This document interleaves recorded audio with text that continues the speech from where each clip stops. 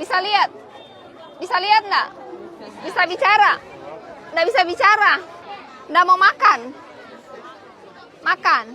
Bawa dia ke Hasan Basori kayak kemarin. Bu Sherly, cepat turun banjir ya, baru jembatan kosong. So, untuk adik-adik di OBI, Ibu punya kabar baik. Ibu sudah bertemu dengan Om Teddy dari Vertical Rescue Indonesia.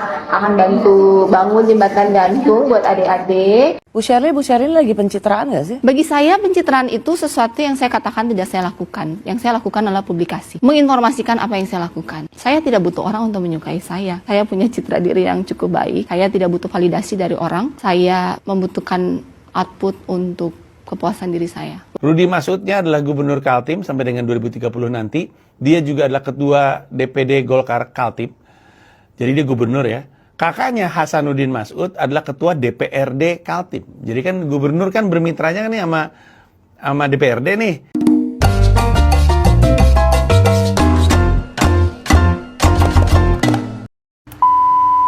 Halo guys, salam ngopi, salam seruput. Bertemu lagi di channel Oyeng Bacot yang membahas video-video viral dan kasus-kasus yang lagi ramai ya. Lihat, sekarang Rudi Masud dibanding-bandingin dengan kinerjanya Bu Sherly ya, dari Bupati Maluku. Ya, Gubernur Maluku. Jauh beda ya. Bedanya itu antara bumi dan langit ya. Yang bulan-bulan kemarin Bu Sherly itu ada komplainan dari warganya, dari anak-anak yang mau berangkat sekolah. Dia anak-anak itu membuat video ingin dibikinkan jembatan. Soalnya untuk menuju ke sekolahnya anak-anak tersebut harus mencebur ke sungai ya. Jadi tidak ada jembatan. Tapi respon baik dari Bu Sherly itu tidak menunggu waktu berbulan-bulan, berminggu-minggu atau bertahun-tahun. 1 hari, 2 hari juga langsung direspon dengan baik sama Bu Sherly ini. Dan secara cepat dan sigap dia langsung membikinkan jembatan untuk akses anak-anak pergi ke sekolah ya. Karena pendidikan itu nomor 1 ya. Tanggapan kalian gimana nih? Perbandingannya antara Bu Sherly dengan Rudi Masud ini ya pasti jauh beda ya. Tanggapan kalian tulis di kolom komentar. Tak usah lama-lama, kita langsung saja ke videonya. Gubernur yang sebenarnya melayani dengan hati benar ya, bukan melayani karena ada uangnya. Mana desa? Kan ini mau pertandingan bola. Desa kasih berapa? Desa 2 juta. 2 juta doang? Masa cuma 2 juta? Ibu. Mana sanding? Dia 3 tahun belum jalan. Udah 3 tahun. Pak Kadis. Dia belum bisa jalan. Kita Ibu nggak kasih ASI? Coba. Bisa lihat? Bisa lihat nggak? Bisa bicara? Nggak bisa bicara? Nggak mau makan? Makan? Bawa dia ke Hasan Basori kayak kemarin. Kemarin tuh ada yang stunting juga. Akhirnya dari nggak bisa bicara, nggak bisa lihat, sudah bisa lihat ya. Ini 3 tahun loh. Kapan mau dibawa? Tapi dia harus tinggal lama, berapa bulan? Dia harus di infus lama di Wisma. Ibu kerja apa? Kalau nggak kerja, ibu tinggal di Wisma aja. Nanti ibu tinggal di Wisma, makan apa semua kita tanggung. Nanti anaknya harus besar, ada gizi, bisa bicara, baru ibu balik. Ya, mau nggak? Ya, atur ya. Namanya siapa? Siapa? Cewek, cowok? Cewek. Hai Sisil. Kapan mau berangkat? Tanya suami. Ya. Nanti kita bawa ke sana. Di sana diinfus, harus diinfus terus. Nanti tinggal di sentra bahagia. Makan, minum apa semua ditanggung. Dia harus lama, minimal 3 sampai 6 bulan ya. Ya. Minimal 6 bulan baru dia bisa agak normal. Ya. Kasihan soalnya. Suami kerja apa? Ini dikasih makan aja nggak bisa, dikasih minum susu pun nggak bisa, harus diinfus. Dikawal, nanti lapor saya. Kepala desa mana? Kepala desa? Dana desa masih dapat berapa? Kan ini mau pertandingan bola. Desa kasih berapa? Desa 2 juta. 2 juta doang? Ini kan masih. Mana tadi tuh pemuda? Desa kan kasih 2 juta pakai dana desa. Nah, saya kasih 3 juta. Ya, siap sih. Iya, ya. Aduh, respon dari Bu Sherly ini kepada warganya tidak beda jauh dengan KDM ya. Aduh, Gubernur Jawa Barat, gimana menurut kalian? Apakah ini mah apakah ya mengandai-ngandai Bu Sherly dengan KDM ini apakah cocok atau tidak ya? Karena program untuk warganya itu benar tembus ya, 100% dia itu memilih rakyatnya, bukan uang APBD dipakai poya-poya ya, itu kan perampokan ya. Tanggapan kalian gimana nih terhadap progres atau kinerja Bu Sherly ini kepada warganya ya? Kita baca para netizen nih. Keren banget Ibu Sherly, Joanda. Bu, angkat aku jadi suamimu. Maknya ditanya diam aja. Gemes 2 juta doang. Gua kira bakalan nambahin 5 juta ke atas. Ternyata cuma beda 1 juta doang. Itu dia nama 3 juta jadi total 5 juta. Kalau dahulu Inggris punya Lady Diana, sekarang kita punya Princess Sherly Joanda. Panjang umur, sehat terus, penuh berkah. Amin amin ya.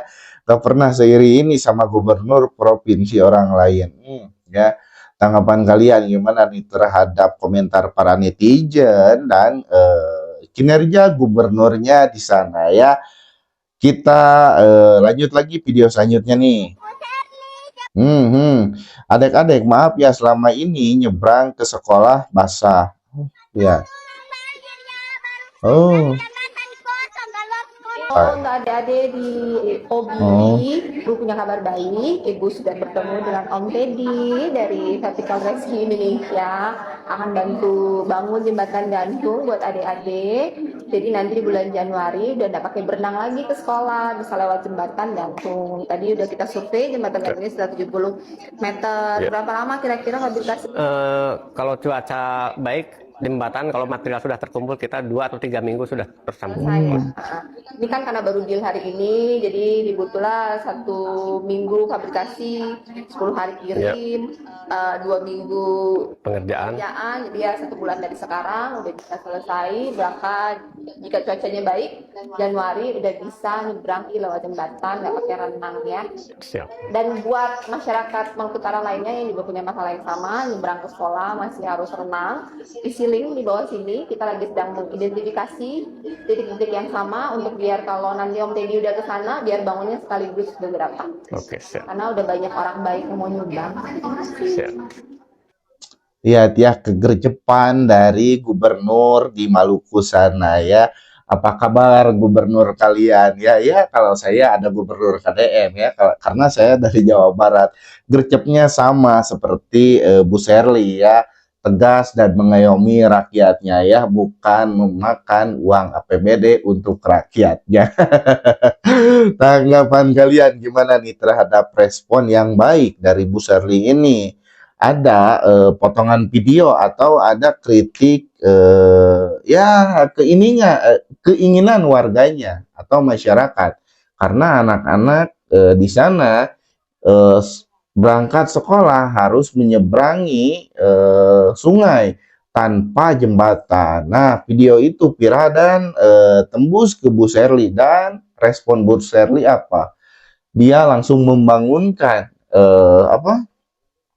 jembatan, dan katanya 1 atau 3 minggu jembatan itu beres kalau cuacanya baik ya. Aduh, tanggapan kalian gimana nih terhadap respon gercep dari Bu Sherly ini? Udah jadi belum jembatannya? Pengen lihat udah ya. Terima kasih Ibu Gubernur, jembatan gantung Desa Bobo Pulau Obusi sudah selesai. Hanya saran Bu, mohon dibuat pengaman kiri kanan agar anak-anak tidak bahaya, dibuat pagarannya dengan pegangan. Kasihan anak-anak, dan buat warga Tobi mohon dirawat sama-sama jembatannya agar awet. Diingatkan anak-anak supaya tidak merusak fasilitas yang sudah dikasih. Terima kasih Ibu, mohon maaf. Tapi kayaknya udah pakai pegangan ya. Soalnya tadi saya udah lihat. Tanggapan kalian gimana? Akhirnya jembatan gantung sudah sudah jadi. Wah, mantap ya, sangat bagus nih, sangat cantik. Ini ada pegangan ya, katanya nggak ada. Seorang pemimpin juga pasti berpikir panjang ya, karena anak-anak banyak melewat, keamanannya itu dinomorsatukan ya. Ya, emang ini cuma kayu, cuma emang bermanfaat ya, dan sepertinya juga ini sudah baik teruji. Tanggapan kalian gimana nih sebagai masyarakat dan sebagai rakyat terhadap gubernur yang kinerjanya sangat baik ya, tidak bobrok dan tidak memakan uang rakyat. Tulis di kolom komentar ya. Begitu jembatan jadi 1 sampai 2 minggu ke depan banyak anak-anak terlambat masuk kelas, soalnya berhenti dulu di jembatan setengah jam menikmati rasa jembatan baru. Aji. Kenapa Zeng? Dari dulu pemerintahnya yang dulu lagi tidur. Dipertahankan Ibu Sherly 2 kali periode sambil cari-cari penerusnya yang sejalan dengan beliau. Pembangunan itu berkesinambungan, bukan ganti pemerintah, ganti aturan. Benar ya, karena pembangunan untuk rakyat itu harus dinomorsatukan karena fasilitas rakyat itu emang nomor 1 ya. Tanggapan kalian, kritik dipersilahkan di bawah ya. Kita lanjut lagi nih. Janji yang ditunaikan jembatan Desa Bobo, Obi Selatan. Iya ya. Dengan potongan video ini di Desa Bobo, Halmahera Selatan, anak-anak sekolah harus bertaruh nyawa. Saat hujan turun dan sungai meluap, pilihan mereka hanya 2, meliburkan diri atau menantang maut demi sebuah cita-cita. Bagi anak-anak Desa Bobo, tas sekolah yang basah dan seragam yang kotor sudah menjadi kawan mereka sehari-hari. Sebuah potret perjuangan yang sempat menyayat hati kita di media sosial. Namun doa mereka tidak berhenti di aliran sungai.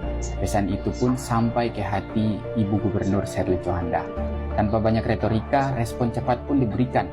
Melalui kolaborasi dengan tim Vertical Rescue Indonesia, harapan baru mulai dibangun di atas sungai itu. Bukan sekedar kabel dan besi, tapi ini adalah jalinan kasih untuk memastikan tidak ada lagi langkah kecil yang terseret arus. Ibu Sherly membuktikan bahwa kepedulian adalah tentang aksi nyata yang mengubah ketakutan menjadi kenyamanan.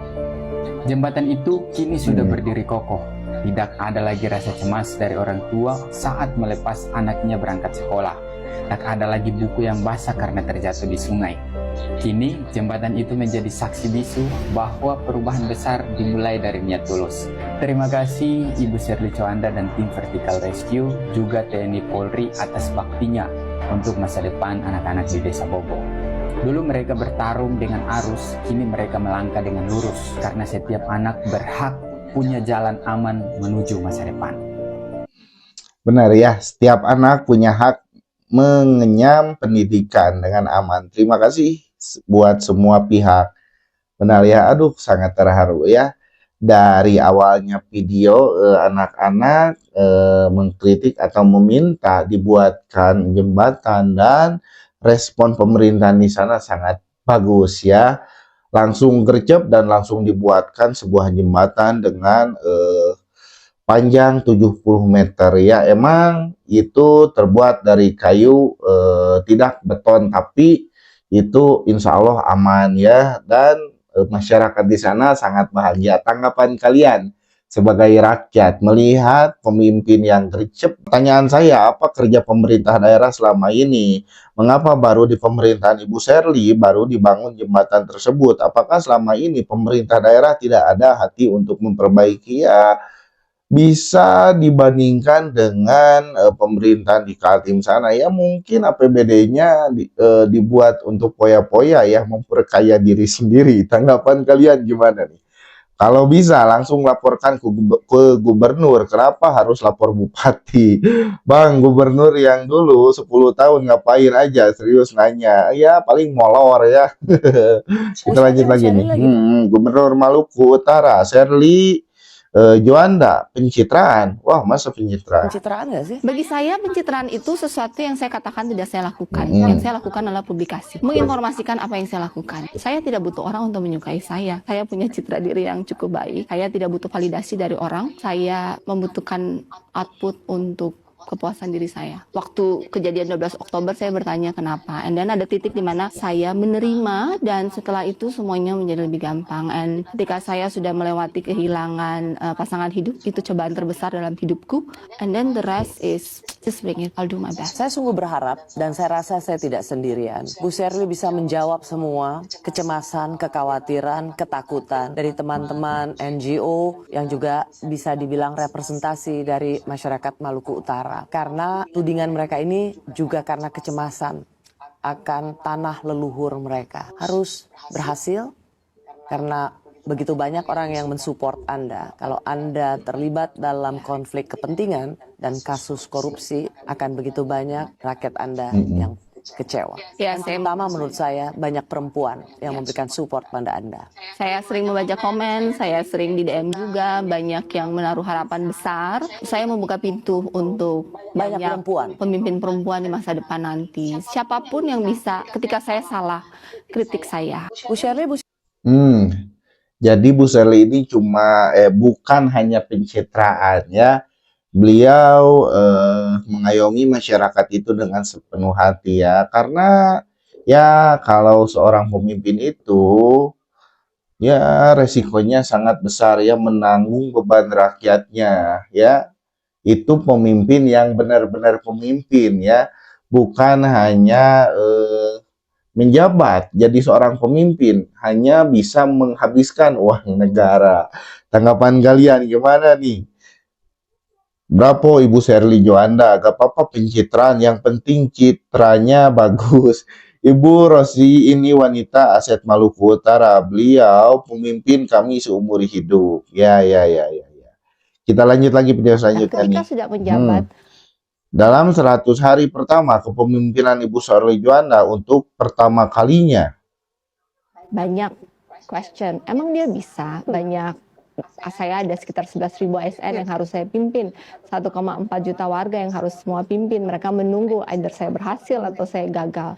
Tapi kemudian daripada berpikir apa yang mereka pikirkan, saya fokus my mind untuk berhasil. When I don't know, I ask, I learn very quick. And then dalam 100 hari, pertama kali Maluku Utara, kesehatan gratis, UHC, Universal Health Coverage, dan kemudian pendidikan SMA bisa gratis, kita bisa kasih beasiswa dan infrastruktur saya bisa bangun.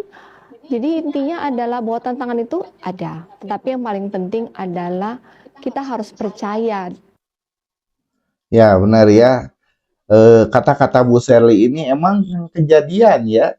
Bu Sherly bisa melakukannya, bukan hanya omon-omon. Tanggapan kalian gimana nih kinerja Bu Sherly selama ini? PKB Kaltim siap inisiasi hak angket Gubernur Kaltim. Ketua PKB Kaltim Saripudin serukan konsolidasi loloskan hak angket. Saya ini bukan setuju ya. Ini mohon sekali lagi mohon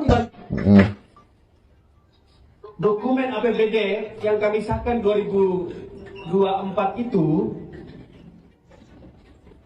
berubahnya banyak atau tidak begitu di saat kewenangan terjadinya pergeseran ini. Setahu saya nggak pernah membahas waktu saya membahas anggaran APBD ya. APBD itu saya tidak pernah membahas yang namanya pengadaan mobil dinas, nggak ada.